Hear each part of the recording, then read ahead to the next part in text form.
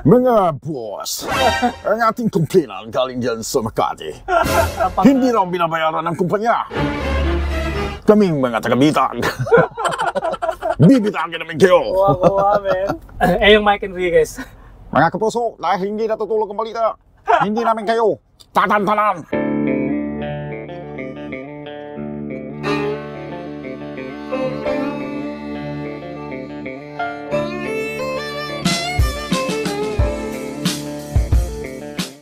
Go ahead, diretso. So ngayon, mahirap bang pagsabayin ang trucking, yung pagdadrive mo ng truck, trabaho mo, and vlogging? Tracking sa vlogging? No. Madali lang pagsabayin? Yeah, but kailangan mo lang ng oras talaga sa vlogging. Okay? Yeah. So while driving ka, nagda-drive ka, nagsasalita ka, then at the end of the day na matutulog ka na, kailangan maglaan ka ng time para sa editing. Hindi lang yung upload ka na upload ng mga walang kwenta. Yeah. Yung parang ano lang. Kailangan bigyan mo rin yung mga viewers ng masatisfied sila ba na balikan ka nila. Engaging content. Yeah, i-engage mo sila na, balikan ko ulit si Kaloy dahil gusto ko to. Ganon, hindi lang yung vlog ka, warang, hindi ko na, hayaan ko na yan. Hindi mo lang hindi ako interested yan. Kagaya nga lang sinasabi niya sa akin nung nagkukwentuhan kami, bigyan ko daw ng panahon yung thumbnail, yung titles, tsaka yung pag-edit. Yeah. Tinuruan niya ako, and napaka swerte ko. No? But I hope na hindi ka titigil dahil yun nga sabi ko sa'yo, marami na akong na-meet na gustong mag-vlog, nag-start mag-vlog, but nasa kalagitnaan, tumigil. Once na na-monetize na, tumigil. But advice ko sa'yo, huwag kang tumigil. While nandito ka sa tracking industry, marami kang pwedeng i-share, marami kang pwedeng i-content na pwedeng ipakita or i-showcase sa yung viewers. Maraming salamat, Idol. Niruan ko siya sa mga gagawin, yung mga saan kumukuha ng music, mga editing, mismo, anong apps. Kasi hindi mo pwedeng ipagkait yung mga viewers mo or yung idea mo na hayaan ko yan. Kailangan i-share mo sa kanila. Pag nakita mo ng potential yung isang tao na pwede siyang mayroon siyang potential na maging yung tracking vlogging. So ibig sabihin meron akong potential? May potential ka. Kasi nga, guys, hindi nyo pinapanood ko siya. Hindi lang ako I think nag-comment ako few times na. Yeah. But nanonood ako sa kanya, dagdag sa kanyang views. Susunod na tanong natin kay Idol Marco. Saan magre-retire si Pinoy Trucker?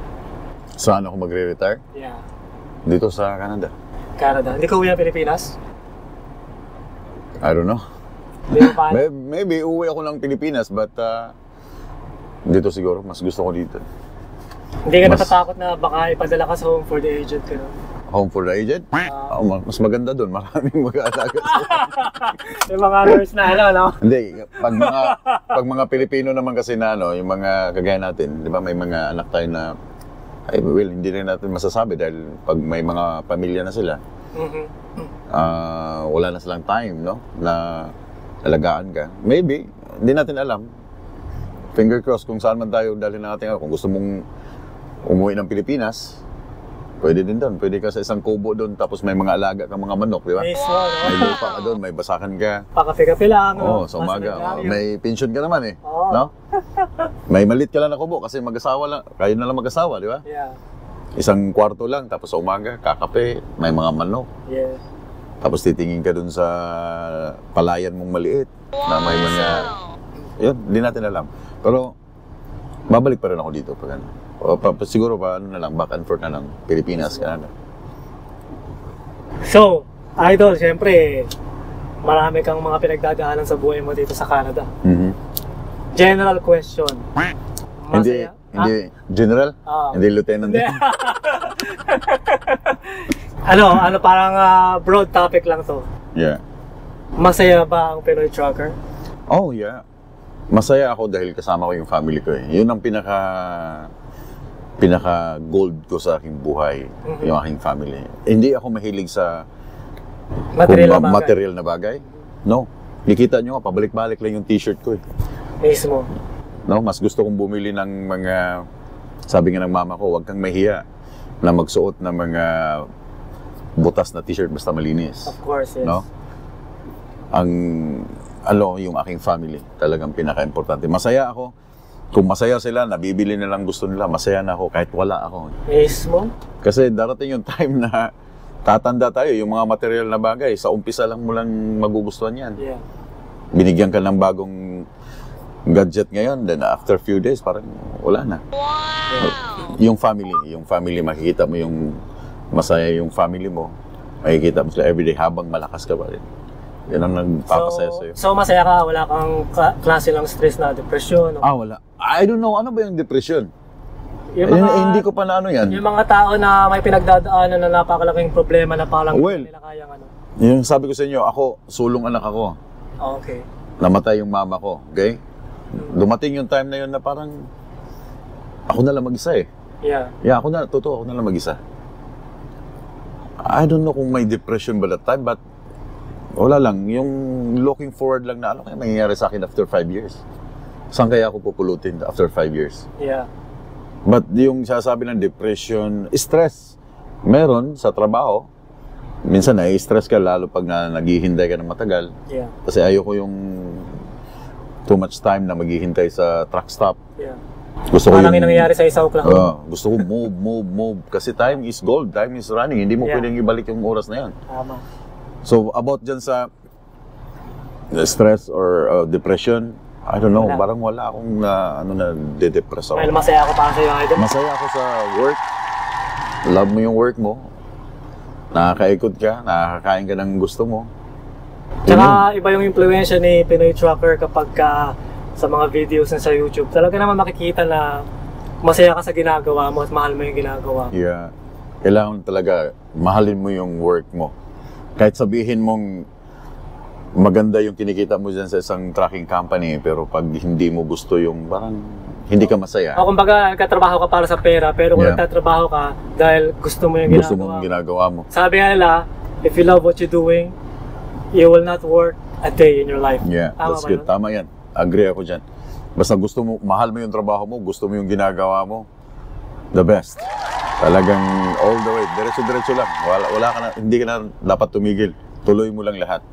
Kaya kayo po dyan, no, sa mga kababayan natin na nanonood, kung anumang klaseng trabaho ninyo, trucking, opisina, o kahit ano pa, kargador, mahalin nyo lang po yung ginagawa ninyo at gawin nyo yan. Dahil meron kayong goal, no? Meron kayong mission sa buhay. Yeah, ito din yung advice ko sa ating mga kababayan, no? Kasi alam ko naman yung mga karamihan sa inyo na gusto ko rin makarating ng Canada, gusto kong pumunta dyan, gusto kong maging truck driver. Lahat may pangarap eh. Lahat gusto mo. Parang kung ano nakikita mo dun sa isang tao, gusto ko rin dyan. Yeah. Pero kung yung pangarap mo ay wala kang gagawing aksyon, parang kang si Juan Tamad eh. Hinihintay mo yung mansanas na mahulog. Right? Mangga. O mangga. Di ba? Pwede mo namang abutin. Right? Pwede mo abutin para kainin. Pero hinihintay mo siyang huminog at mahulog sa bibig mo. Parang ganun yung pangarap.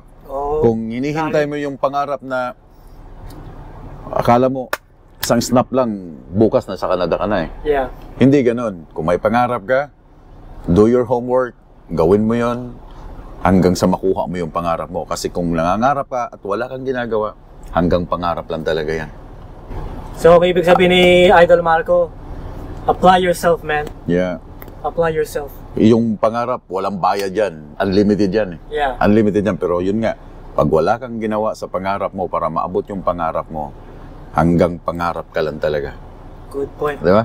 Bullet points. Yeah. Hanggang pangarap lang talaga yun. Gusto kong pumunta ng Canada. Gusto kong mag-ice road trucking. Eh, kung hindi ka naman makakarating ng Canada. Yeah. Kasi hindi yan isang magic lang. Bukas, nandito ka na. Hindi. Mag-secure ka ng mga paperworks mo. Kung anong hinihingi ng agency para maabot mo yung pangarap. Kagaya ng mga kasamahan natin siya, yung mga Pilipino na nakarating dito, mga nangangarap din yon. Katulad nyo, katulad ko, nangarap lang din ako makarating ng Canada. Pero yung nga sinasabi, do your homework.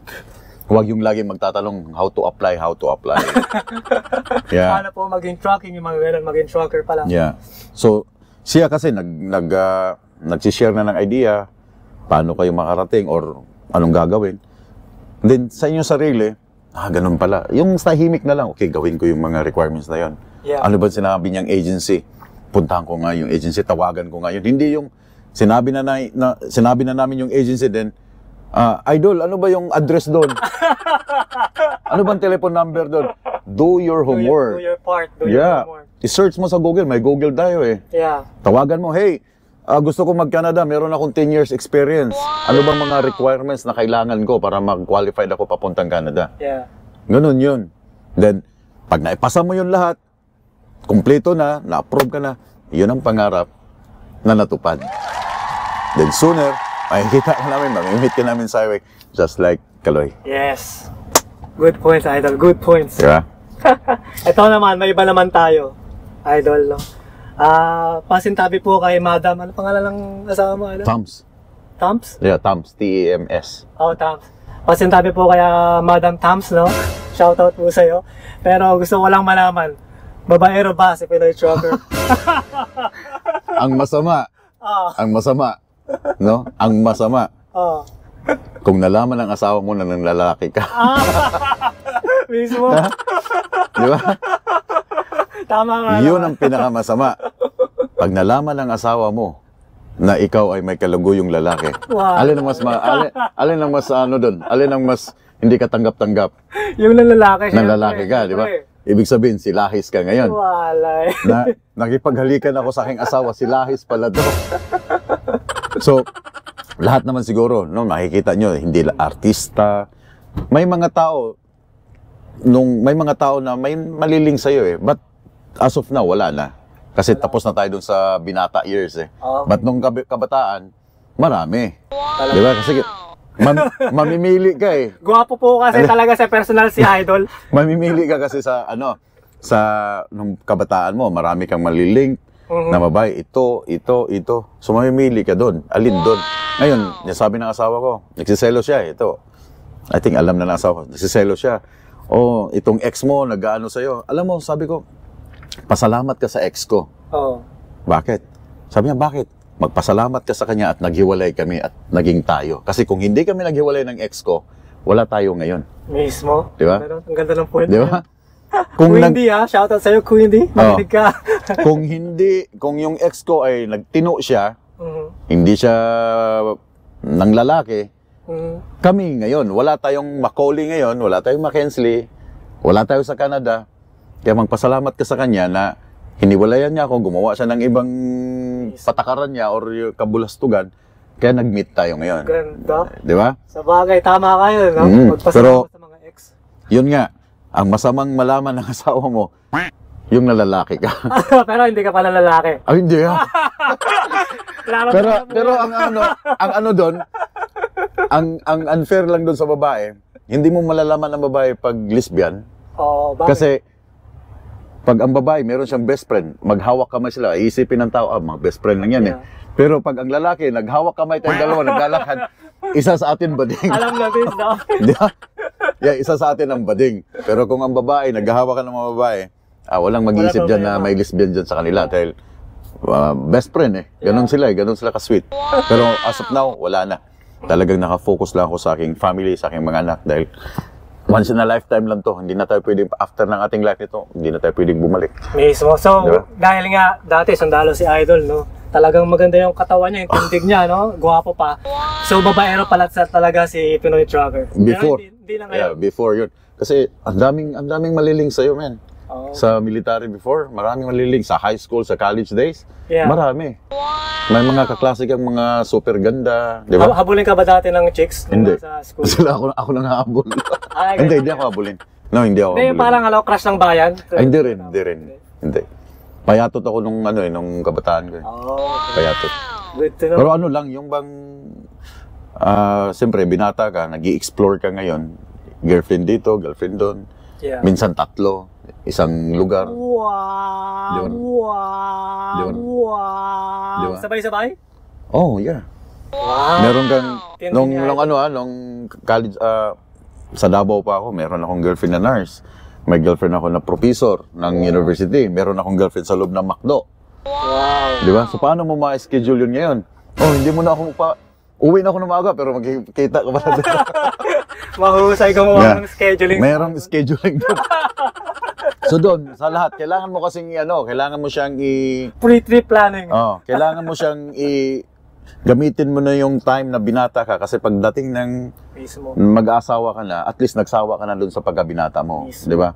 Kasi kung hindi ka nagsawa doon sa pagkabinata mo, then nag-asawa ka na, tsaka ka palang gagawa ng kalokohan, which is makakasira doon sa family mo. May child support ka na. Yeah, makipag-iwalay yung asawa mo ngayon, na-divorce ka, tatrabaho ka, kukuha yung asawa mo ng support sa bata, na instead na buo na yon, di ba? Mismo. Mag-aarkila ka ng bahay dahil maghihiwalay na kayo eh. Yeah. Dobling gastos mo. So, Mismo. kailangan, nandito ka lang sa Canada, i-intact mo yung family mo kasi karamihan dito, marami dito sa Canada na naghihiwalay. No? Dahil, dahil sa babae? Hindi babae, sugal. Sugal. Yeah. Maraming dito, nagdi-divorce dito. Dahil nga nalulung sa sugal, dahil kulang siguro kinikita, Yeah. hanggang sa nag-decide na mag-bankruptcy and then hiwalay. Sayang yung binuo mong pamilya. And then, of course, ang number one maapektuhan doon yung mga anak mo, di ba? Ayaw mo naman siguro broken family yung mga di ba? Magkakawatak-watak yung mga anak mo. Then magagalit sa'yo. Ano na lang mukha mong iharap sa yung mga anak, sa yung mga apo pagdating ng panahon. Di ba? So kailangan magsawa ka muna sa pagkabinata, then pag once na mag-decide ka na mag-settle down na ito na talaga yung babaeng makakasama ko, then looking forward ka na para sa kanilang kinabukasan, mga bata. Ilang taong ka na bang kasal kay Madam Tang? 21 years. Wow! Yeah, 21. Bata kami nag-asawa eh. Wow. Bata pa kami. Kaya meron akong 20 years old. Ilang taong ka nun nung nag-asawa kayo? Wag na yung edad. Basta bata pa kami nag-asawa. Okay. So, minus na lang, 21. 20 years old yung aking anak ngayon. Sa mga magaling mag-mathematics dyan. Kaya sabi ko sa'yo, wag yung math eh. Wag yung numbers. Good points, Idol. Good points. Yeah. Kaya kayo, mga nanonood, no? Magpakasawa na kayo sa pagiging binata. Mamili kayo ng Mamili kayo ng babaeng, yung tingin mo na ito na talaga makakasama ko. Yeah. Okay, pag-aralan mo yung ugali niya, marunong ba siya magluto? Yeah. Hindi yung hindi pwedeng mag-over na lang tayo. Puro na lang tayo over, pahatid ng pahatid. Kaya lang, magaling yung pipiliin nyo. Kasi pagdating na mag-asawa ka na, wala nang ibalik itong asawa mo, hindi marunong magluto. Dapat pala dun sa umpisa. Alam mo na yung karakas ng asawa mo, magaling to. Pwede kong iwanan sa bahay to. Hindi gimikira tong asawa ko. Yeah. Ganun, yung maiiwan sa bahay na at alagaan yung anak mo, alagaan ka, pag uwi mo, may mga pagkain ka na, ready na lahat. Yan yung the best. Just like my wife. Yeah. Talagang, Just like my wife too, Queen D. Si Queen D. Hi, Queen D. Yeah. Bisaya ba asawa mo? Ilocana. Ilocana. Yeah. Saan pala kayo sa Sa Pilipinas? Ako, Pampanga. Pampanga, saan? Sa Mexico. Mexico, Kapampangan ka. Sa Pampanga. Asawa mo, Ilocana. Ilocana. Oo. Nagkakasundo ba yung dalawang Ilocana at sana? So far, lang kami, Idol, 13 years. Wow, 13 years. na kami mag-asawa. Marami kaming anong tawag doon? Hindi kami nagkakasundo sa maraming bagay, pero dahil nga hinubog na kami ng panahon, yung mga bagay na yun, napagkakasunduan na. Pero ang pagkakalam ko, ang mga Ilocana magaling sa humawak ng pera eh. Napakagaling. Yeah, Ilocana, I think, ano pa ba? Ano tawag doon? Yung isa? Ilongga. Yeah, Batangginya. Yung wife ko magaling mag-ano ng pera. Taga Batangas si Madam Tax. Yeah. Kaya piliin nyo yung asawa nyo na yung kinikita nyo talagang ginagastos sa tama. Wala namang problema pag bumili sila ng gusto nila eh. Yeah. Kasi ako, alam mo, sa totoo lang, wala akong pakialam sa sweldo.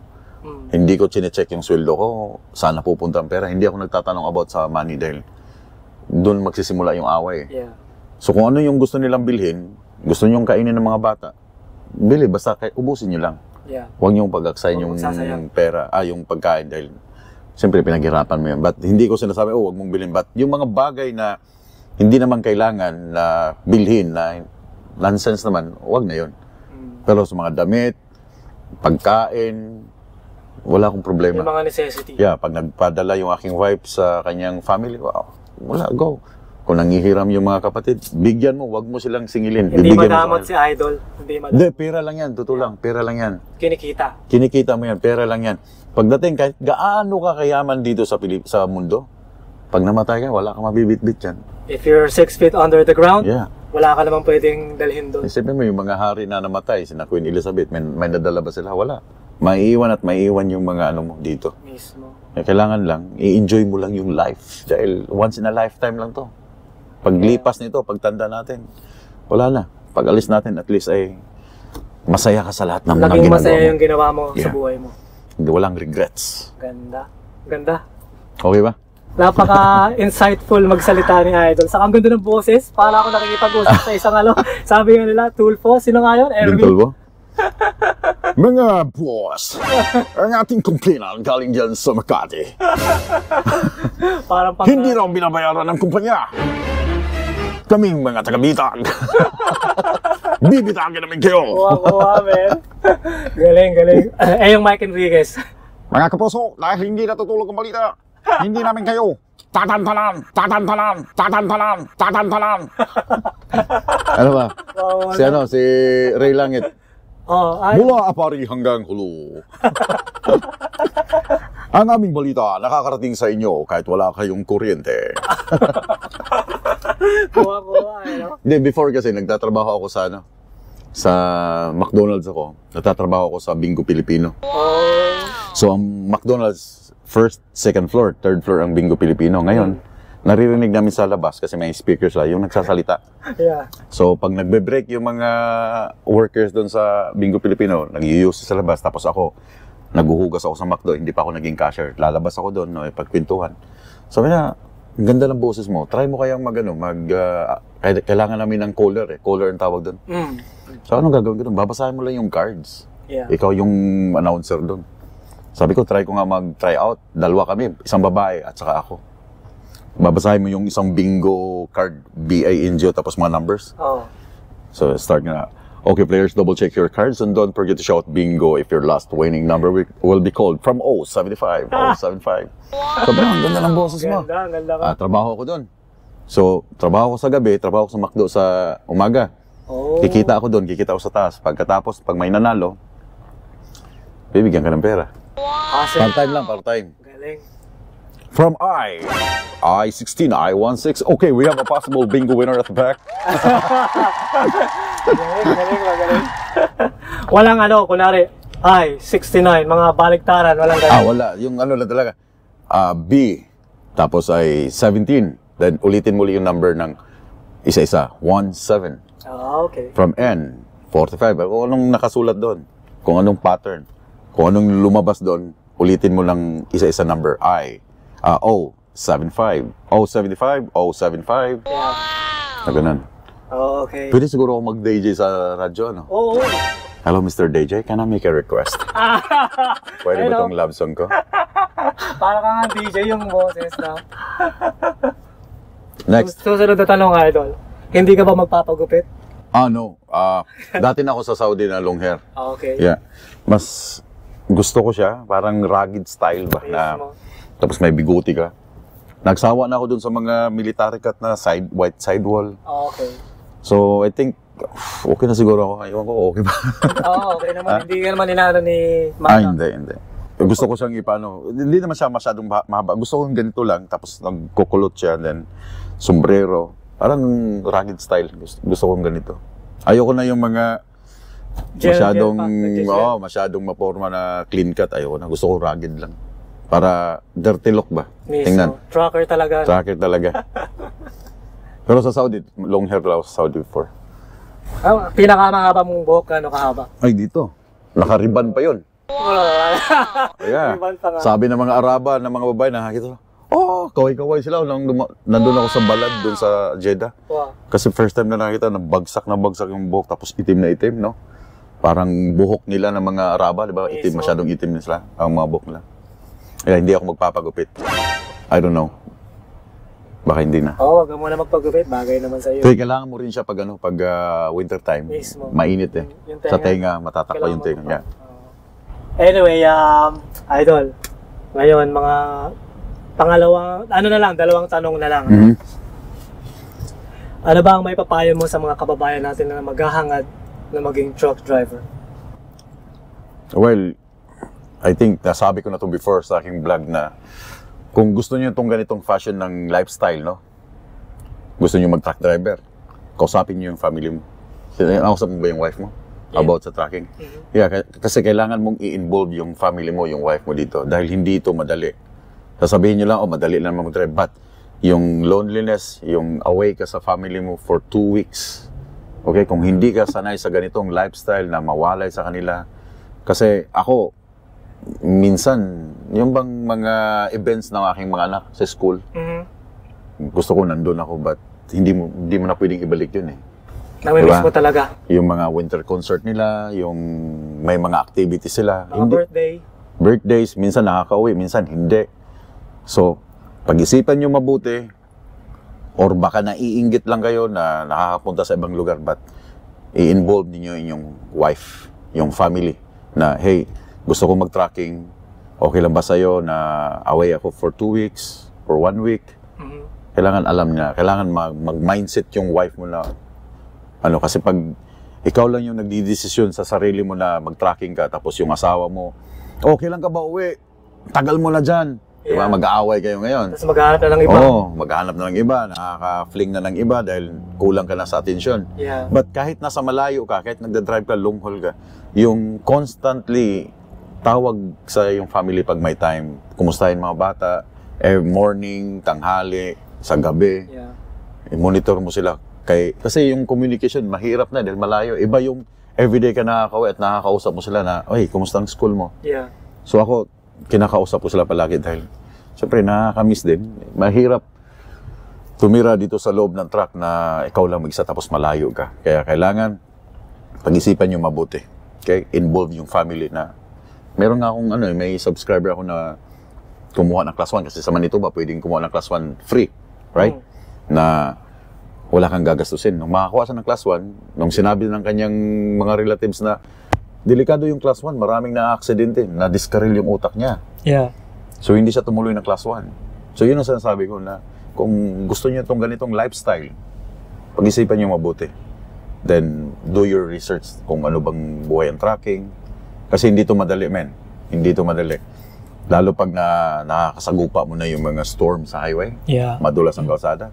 If you don't know what to do, ditch. Trucking is not for the faint of hearts. Totoo Sabi nga nila. Yeah.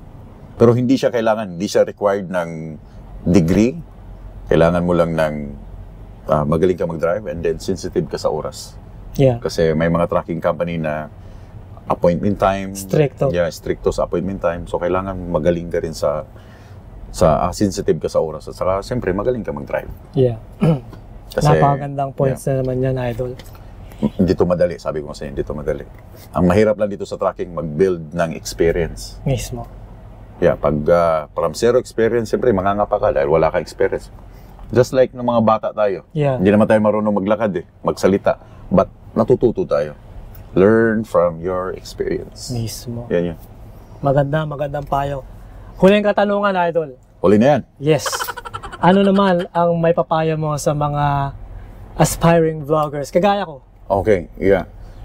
Well, si Kaloy, nagko-comment sa aking vlog before. Binabasa ko yung mga comments nagre-reply ako pag may time. Kaloy Rivera. And then, mahilig akong hahanap ng mga mapapanood while driving. Nakita ko, Kaloy Rivera. Sabi ko, sino to? Parang ito yung nagko-comment Tiningnan ko yung profile pic, parehas. Sabi ko, nagbablog pala tong batang to. So, pinapanood ko siya. As in, nag-subscribe ako, pinapanood ko siya. Now, kagaya mo na nagbablog, okay? Yeah. Pinasok mo na yung sarili mo dito sa social media. Pinapakita mo na yung mo. Continue lang. Yung pinapakita yung Pinapakita mo na yung lifestyle mo. Okay. Ano yung ginagawa mo sa loob ng truck. Yeah. Yung mga kinakain mo. Para tayong tanga dito na nakikipag-usap sa camera Yeah. Sasalita ka mag-isa. Continue mo lang. Okay?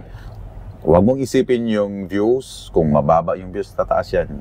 Nag-uumpisa lagi tayo sa 1, 2, 3, 4 hagdan hanggang sa makarating ka sa taas. Huwag kang tumigil. Huwag mong gayahin yung mga ibang nag-vlog, nag-start mag-vlog, and then nung nasa kalagitnaan na, tumitigil. Yeah. Sayang yung effort mo na Natural, oh. sinimulan mo. Na? Tama. So, pinasok mo na tong vlogging. May pera sa vlogging, guys. May pera sa vlogging. Basta, hintayin mo lang yung time na mag-shine ka. Yeah. Okay? Mag-burst, magkaroon ka ng viral videos na magustuhan ng mga viewers mo, the way mo sino-showcase yung lifestyle mo.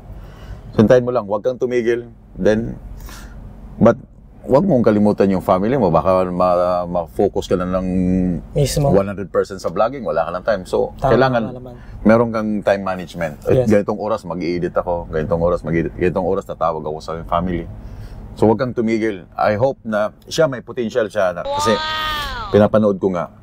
Sabi ko may potential siya sa pagbablog. Kasi ang halos napapanood ninyo, mga halos taga Manitoba nagbablog. Yeah. Okay? Hindi ko na i-mention, but Manitoba, Saskatchewan, mga nagbablog. Gusto ko siyang makita na someday soon na umaangat na rin siya, na nasa taas na rin siya. Then, siguro ako yung pinakamasayang tao na Yes. makita itong ating kababayan, si Kaloy, na nandun na sa taas sa pagbablog ng tracking. May pera dito. Okay? Huwag ka lang tumigil, huwag kang panghinaan sa mga basher. Yeah. Hayaan mo sila. Hayaan mo silang sumakit ang kanilang mga dibdib na manggagalaiti sa'yo. Kaya ulit-ulitin ko tong panoorin tong video na to para balikan kung paano mo i-handle yung mga haters, no? I-handle mo yung haters na gusto, ang gawin mo na sila yung masasaktan, hindi ikaw. Yeah. Huwag kang masaktan sa kanila. Basta continue lang sa vlog.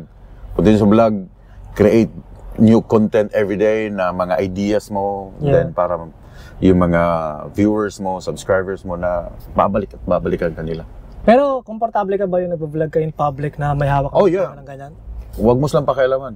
Huwag mo silang intindihin na ano sasabihin nila. Minsan, sasabayan sila eh.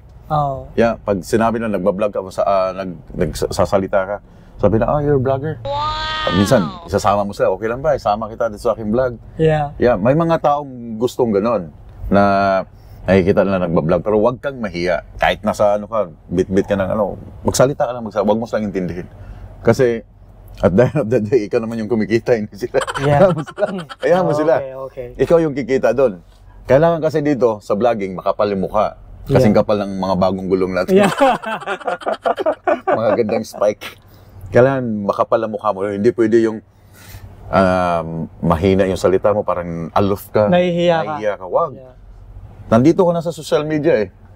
Kapalan mo lang mukha mo. Mismo. Pakapalan dito. Parang artista tayo dito eh. So, hindi ka nahihirapan mag-adjust na kinakausap mo yung camera? Oh, no. No, sa umpisa lang yan. Sa mga nagsisimula mag-vlog, kung nahihiya kayong maghawak ng camera or magsalita sa harap ng inyong GoPro or cellphone, Sa public? sa public, pumunta kayo. Kasi minsan, hindi natin alam kung anong sasabihin natin. Kaya bago ka mag-vlog, nasa mindset mo na, ano ba ang topic ko ngayon? Ano ba sasabihin ko ngayon? Para hindi ka mag-utal-utal dun sa during sa vlog mo. No? Mautal-utal ka. May mga, iwasan mo yung mga prolong na mga Yeah. I-cut mo na kung may prolong ka, cut. Then kung nagsisimula kayo mag-vlog, pumunta kayo sa washroom, di ba? May kayo, salamin, magsalita kayo mag-isa doon. Hey guys, welcome back to my channel. And ngayon nga pala guys, malakas ang ulan yan. Doon pala, magsisimula ka na makikita mo yung sarili. Ano kayang hitsura ko habang nagsasalita, di ba? Yeah. So hanggang sa masanay ka na, Huwag ka ngayong kung gusto mong gamitin yung sarili mong lingwahe, gamitin mo. Kung magkapampangan ka, Ilonggo ka, Bisaya, gamitin mo. Yeah. Huwag mong intindihin yung mga sinasabi ng iba. Kung saan ka komportable. Saan ka komportabling magsalita. Kasi kita mo nga, yung mga foreigner na pumupunta sa ating bansa, pag nagtatagalog sila, nagbibisaya sila, di ba, na-amaze tayo. Yeah. Ang galing naman ito. Pinapanood natin eh. Oo nga. Sariling lingwahe yun ha. Oo. I-compare mo dun sa mga vlogger na foreigner na pumupunta sa ating bansa na nag-i-English. Mas gusto ng mga Pilipino yung ginagamit yung sariling lingwahe natin. Tagalog or Bisaya. Kasi ang galing naman ng Amerikano, nagtatagalog. Yeah. Babalikan mo yun. Kahit ako, nanonood ako ng mga Amerikano ng mga nasa Pilipinas eh. Si Daily Max. Daily Max? Oo, pinapanood ko yan. So gamitin mo yung sariling lingwahe. Huwag kang mahiya. Huwag mong isipin yung mga nakatingin sa'yo o yung mga nagko-comment sa'yo. Hayaan mo sila. Kasi mga viewers mo yan. Yeah. Dagdag views yan. Sila yung magiging kasangkapan mo yan. Sige, gagawa pa ako ng magandang video para mas lalo kang masaktan.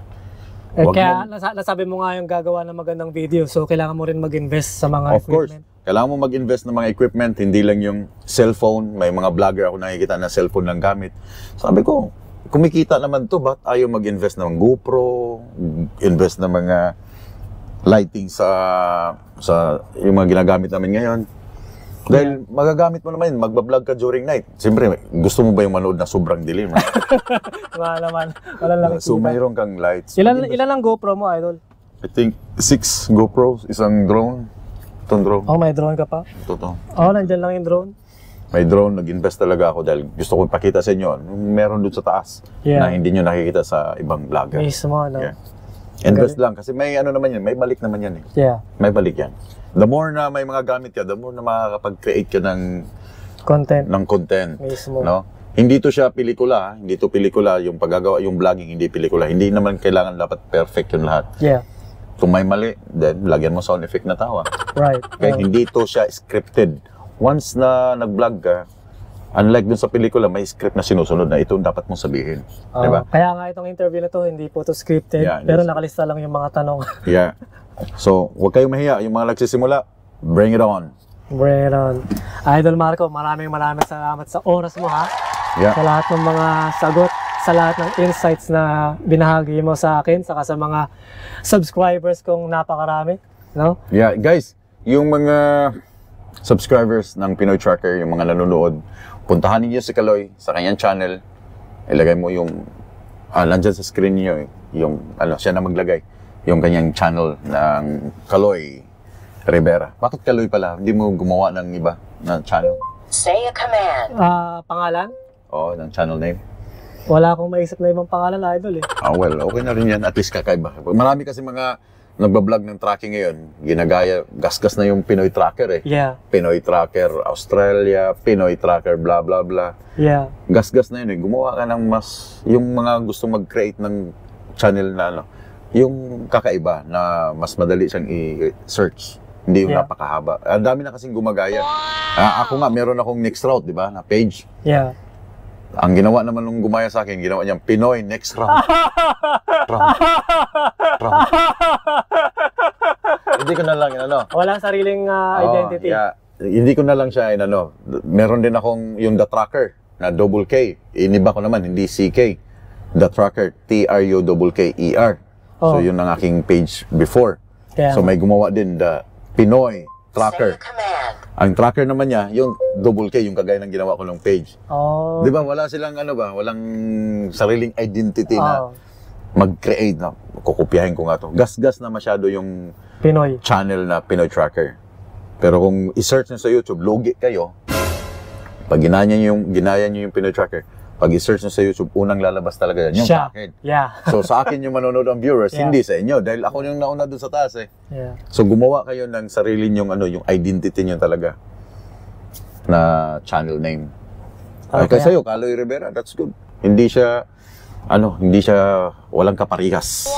Walang nag-iisang Kaloy Yeah. Rivera sa Kaloy YouTube. Rivera sa YouTube. Sana walang maging Kaloy Rivera in Alberta. Baka Kaloy man, Rivera in Saskatchewan. yeah, walang gagayang ganyan. Wala sigurong gagaya na, Idol. Marami na maraming Pilipino na gumagaya na Pinoy Tracker na Kaya- channel name. Dapat gagawin ko, Idol, talagang gagawin ko Pinoy Tanker. Pero kagaya nga na sinabi mo, ayokong isipin ni Idol na Given na yung tracker eh. ginagawa ko. Oo nga. Given na yung tracker. Gumawa ka lang ng napakagandang ma-attract yung mga viewers mo. Ano kaya to? Di ba? Pinoy Tanker, alam na nila yan. Tanker driver siya. Ganun. Pero sa intro ko nakalagay Pinoy Tanker. Yeah. Pero yung pangalan ko ayoko nang palitan. Okay na yun. Kaloy Rivera, okay na yun. Para- Para pag dumating yung time na nasa 100,000 ka na, yung silver button, Oo. pangalan mo talaga, Kaloy Rivera. Yeah. Yung sa'yo, nakalagay Pinoy Tracker. Pinoy Tracker. Kahit magagaya kayo ng Pinoy Tracker, nauna na ako sa silver button. Yeah. Kaya kung gagawa kayo ng Pinoy Tracker, madidetect ni YouTube na gumagawa kayo, baka matanggal din yung nyo. Dahil nauna na yung channel ko eh. Pero naka-operate mo na ba yan? Dapat copyright mo na lang yan. Ano? Pinoy Tracker. Copyright? No, may nagsabi nga sa akin na siya yung bang... Ano pa tawag doon? May nagsabi sa akin. Trademark, gano'n? Oh, trademark. But I think magbabayad pag mag-trademark eh. Oh. Trademark mo na sa ano. Okay. Ay, hindi na. Kasi pag sa YouTube, pag Pinoy Tracker na na ano mo na sa YouTube, may check na siya eh. Mapapansin mo sa last name ng Pinoy Tracker. May kulay, may check doon na nakalagay. Ibig sabihin, yun na talaga yung sa'yo. Hindi, wala nang pwedeng umagaw dyan. Pero kailangan lang siya i-trademark na walang kokopya. Pero kahit magkopya kayo, malalaman pa rin yung gawa ng talagang Pinoy Tracker. Music, editing, drone. Mismo. Salamat, Idol. Maraming salamat. Salamat at sinundan niya ako dito sa Milan. So ngayon, nagkita kami dito sa isang truck stop. Talagang kagabi, bilis naman ni Kaloy, nandito na. Kaya nga. So meron pa tayong mamaya, kakain tayo. So, Idol, kung yung mamarapatin, ikaw na mag-outro. Yung inahampas-hampasin ka. So guys, maraming salamat sa mga viewers. Huwag niyong kalimutan mag-like and mag-comment dyan sa kanyang channel. And ano ba? Until our next route. Keep safe and keep on trucking. Keep on trucking. Ang Pinoy Trucker Truck. Hintayin lang natin si Idol Marco. Guys, tatapos lang namin shower. Akalain mo, kasama ko si Idol. Click mo sa ito. Ano to? Para marinig Okay ka rin. Ilang meters ba to? Ang liit naman na yung tripod. Nakakatayo ba yan? Oo, syempre, tripod yan. Naubusan ka na rin ng baon. Yung baon ko, sakto na lang talaga yun, pabalik. Hindi nyo ba na halata na parehas kami nakakat? Doon binibili sa Costco. Costco yan. Costco ba yan? Costco. You try this on the Reno? No. Oh, Rhino? No. Thank you. Have a good Ano one. yan? Capsule yan, Idol. Thank you, have a good one. Have a good one. He's innocent.